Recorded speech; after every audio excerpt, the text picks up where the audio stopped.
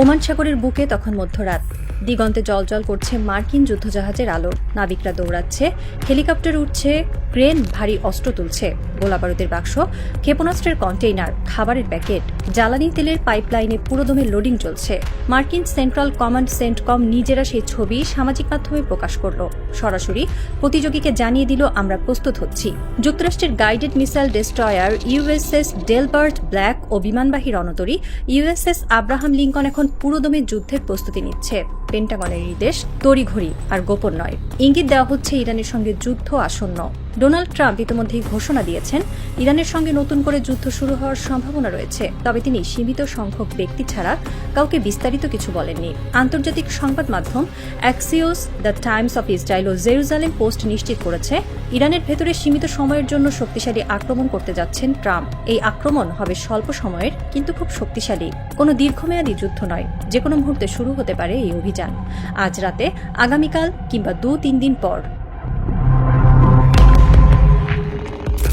CENTCOM প্রকাশিত ছবিতে দেখা যাচ্ছে ডেস্ট্রয়ার ও এয়ারক্রাফট ক্যারিয়ারে তোলা হচ্ছে বিপুল সমরাস্ত্র, ক্ষেপণাস্ত্রের সারি, কামানের গোলা, ড্রোনের যন্ত্রাংশ, ফাইটার জেটের জন্য যন্ত্রাংশ, পাইলটদের খাবার, সেনাদের kit. Guided missile destroyer USS Delbert black বর্তমানে আব্রাহাম লিঙ্কন ক্যারিয়ার স্ট্রাইক গ্রুপের সহায়তায় আছে। এই দুটি জাহাজ যুদ্ধের প্রস্তুতিতে নেতৃত্ব দিচ্ছে। পূর্বে ট্রাম্প যে হুমকি দিয়েছিলেন তা বাস্তবায়নের জন্যই এই প্রস্তুতি। তিনি বলেছিলেন, ইরান যদি চুক্তি না করে তাহলে তাদের জ্বালানি স্থাপনা, বিদ্যুৎ কেন্দ্র ও সেতুতে হামলা করা হবে। চীনের গোয়েন্দা সংস্থা অত্যন্ত শক্তিশালী। ইতিহাস বলে, চীন যখন কোনো দেশ থেকে নাগরিক সরিয়ে নেয়, তখন কয়েকদিনের মধ্যে সেখানে বড় ধরনের সংকট তৈরি হয়। চীন ইরান থেকে তাদের সকল নাগরিককে দ্রুত সময়ের মধ্যে ইরান ত্যাগের নির্দেশ দিয়েছে। এটি যুদ্ধের ইঙ্গিত বহন করে। যুক্তরাষ্ট্রের হামলা সম্পর্কে চীন আগাম গোয়েন্দা তথ্য পেয়েছে বলেই নাগরিক সরিয়ে নিচ্ছে, বিশেষজ্ঞরা মনে করছেন।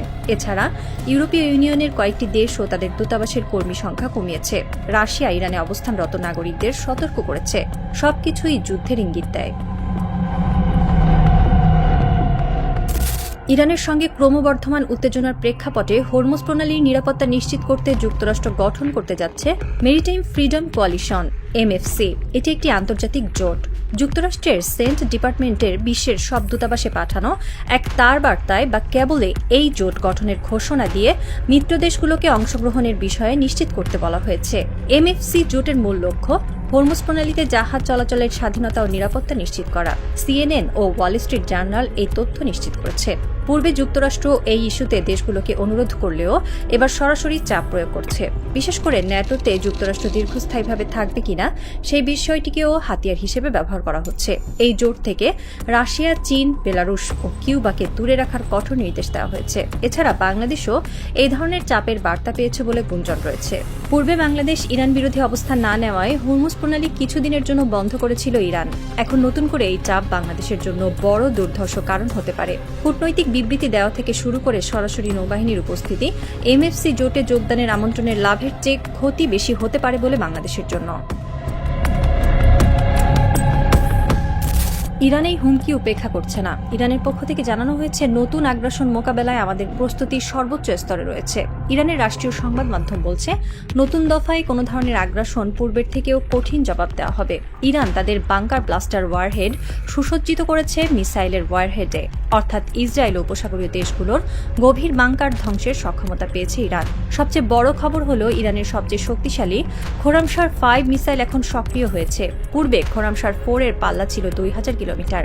খোরামশার 5 এর পাল্লা আরও বেশি। এই মিসাইল দিয়ে ইরান সরাসরি ইউরোপের কিছু অংশ ও এশিয়ার গুরুত্বপূর্ণ লক্ষ্যবস্তুতে আঘাত হানতে সক্ষম। ইরান নিশ্চিত করেছে, যুদ্ধবিগ্রহের নতুন পরিস্থিতিতে এই মিসাইল ব্যবহার করা হতে পারে। ইরানের সর্বোচ্চ নেতা আয়াতুল্লাহ মুজতবা খামেনির নির্দেশ, ইরানের বিদ্যুৎ কেন্দ্র ও সেতুতে হামলা হলে মধ্যপ্রাচ্যের সব তেল ক্ষেত্রে হামলা করা হবে।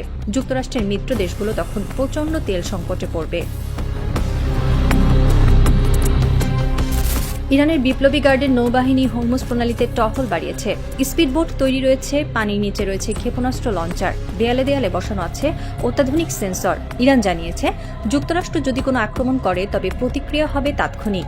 সেন্ট্রাল কমান্ড সেন্টকম প্রকাশিত ছবি দেখে ইরান তাদের কৌশল আরও জোরদার করেছে। প্রতিরক্ষা মন্ত্রী বরাত দিয়ে ইরানি সংবাদ মাধ্যম বলছে, যুক্তরাষ্ট্র যদি কোনো ভুল করে তবে আমরা হরমুজকে তাদের কবরে পরিণত করব। ডোনাল্ড ট্রাম্প ইরানের ব্যাপারে কঠোর অবস্থানে ফিরেছেন। তিনি বিশ্বাস করেন ইরানের পারমাণবিক কর্মসূচি ধ্বংস করা জরুরি। এই লক্ষ্যে সীমিত হামলার প্রস্তুতি সম্পন্ন। এই হামলা ইরানের তেল শোধনাগার ও বিদ্যুৎ কেন্দ্রকে লক্ষ্য করে হবে। এর ফলে ইরানের অর্থনীতি চরমভাবে ক্ষতিগ্রস্ত হবে বলে ধারণা করছে যুক্তরাষ্ট্র। ট্রাম্প আরোপিত নতুন এই নিষেধাজ্ঞা ও সামরিক হুমকি ইরানকে শেষ দিকে ঠেলে দিতেই করা হচ্ছে। যুক্তরাষ্ট্রের জোটের বাইরে রাশিয়া, চীন ও বেলারুশকে রাখতে নির্দেশ দেওয়া হয়েছে। চীন ইতিমধ্যে ইরানের হয়ে এমনিতেই সক্রিয়। তারা ইরানের তেল কিনছে ইয়ানে, জাহাজে অস্ত্র সরবরাহ করছে। চীন হুদ টর্পেডোর প্রযুক্তি উন্নয়নে ইরানকে সাহায্য করেছে। রাশিয়া ইরানকে শকভাল টর্পেডো ও S-400 প্রতিরক্ষা ব্যবস্থা বিক্রি করেছে। তারা চায় যুক্তরাষ্ট্র মধ্যপ্রাচ্যে আটকে থাকুক। এশিয়া ও ইউরোপে রাশিয়ার প্রভাব বাড়বে। তাই ইরান যুক্তরাষ্ট্র যুদ্ধ রাশিয়া চীনকে নতুন করে কৌশলগত সুযোগ দেয়।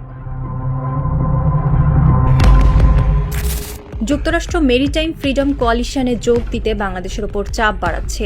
MFCর আওতায় তথ্য আদান প্রদান থেকে সরাসরি নৌবাহিনী মোতায়েন পর্যন্ত সব রকম সহযোগিতা চাইছে ওয়াশিংটন। বাংলাদেশ সরকার দ্বিধায় পড়েছে। ইরানের সঙ্গে বাংলাদেশের ভালো সম্পর্ক রয়েছে।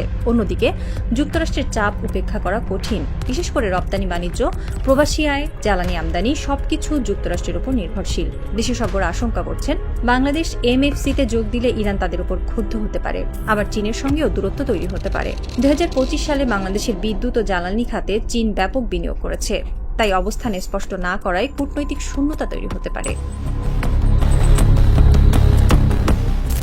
যুক্তরাষ্ট্র এবং ইরানের যুদ্ধ হলে বৈশ্বিক অর্থনীতি ধসে পড়বে। তেলের ব্যারেল প্রতি দাম $200 ছাড়িয়ে যেতে পারে। ইউরোপ, ভারত, চীন ও জাপানের অর্থনীতি চরমভাবে ক্ষতিগ্রস্ত হবে। অন্যদিকে জাতিসংঘ নিরাপত্তা পরিষদের 5 স্থায়ী সদস্যের মধ্যে চীন ও রাশিয়া ইরানের পক্ষে অবস্থান নিতে পারে। যুক্তরাজ্য ও ফ্রান্স যুক্তরাষ্ট্রের পাশে থাকলেও সরাসরি যুদ্ধে সম্পৃক্ত হবে না। ইরানের পাল্টা জবাবে ইসরায়েল ও সৌদি আরবের তেল স্থাপনা ধ্বংস হয়ে যেতে পারে। হরমুজ প্রণালী পুরোপুরি বন্ধ হয়ে যাবে। এর প্রভাব বাংলাদেশের ওপরও পড়বে। জ্বালানি তেলের দাম বাড়বে, লোডশেডিং বাড়বে, বাজার অস্থির হবে। হোয়াইট হাউসের ওভাল অফিসে ট্রাম্প তখন জানালার পর্দা সরিয়ে বাইরে তাকালেন। ওয়াশিংটনের আকাশ মেঘলা। তিনি ভাবছেন, আমেরিকা কি প্রস্তুত? পেন্টাগনের অস্ত্র ফুরিয়ে আসছে, প্যাট্রিয়ট শেষ, টমাহক শেষ, JSM-ER 70% শেষ। ইরান যুদ্ধে আরও $20 বিলিয়ন খরচ হয়ে গেছে। কংগ্রেস নতুন বাজেট পাশ করবে? করবে না। মিত্ররা পাশে আছে? নেই। ইউরোপ অস্বস্তিতে, সৌদি আরব দূরে, আমিরাত দ্বিধায়, পাকিস্তান সরে গেছে, ট্রাম্প একা। হরমুজ প্রণালীর বুকে ইরানের বিপ্লবী গার্ডের স্পিড বোট টহল দিচ্ছে। তাদের হাতে লঞ্চার, অস্ত্র, চোখে শক্ত প্রতিজ্ঞা। তারা জানেন যুক্তরাষ্ট্রের বিমানবাহী রণতরী কত বড়, কত জাকালো। কিন্তু তারা জানেন না হরমুজে বড় জাহাজের মূল্যই নেই। এই সংকীর্ণ প্রণালীতে লড়াই হবে জোয়ার ভাটার হিসেবে। জয়ী হবে স্পিড বোট, ছোট সাবমেরিন, টর্পেডো। জয়ী হবে ইরান। ওয়াশিংটনে ট্রাম্প টুইটার অ্যাকাউন্ট খুললেন। একটি টুইট করতে যাচ্ছেন, ইরানের উপর হামলা শুরু হয়েছে। কিন্তু তিনি থেমে গেলেন। বারবার টুইট লিখছেন, মুছে ফেলছেন। টুইটার জগৎ ততক্ষণে উত্তাল। চীনের গণমাধ্যম ইতিমধ্যে খবর দিয়েছে, চীনের প্রেসিডেন্ট জরুরি বৈঠক ডেকেছেন। রাশিয়ার পুতিন বলেছেন, যুক্তরাষ্ট্র ইরান আক্রমণ করলে পরিণতি ভয়াবহ হবে। ইরানের তরুণরা তেহরানের রাস্তায় নেমেছে, হাতে পোস্টার, লেখা, প্রস্তুত আছি, স্বাগতম যুক্তরাষ্ট্র। বৃদ্ধা মায়েরা সন্তানদের বিদায় দিচ্ছেন। কেউ কাঁদছেন না, সবাই গর্বিত, কারণ তারা জানেন তাদের সন্তানরা শহীদ হলে বাঁচবে ইরান।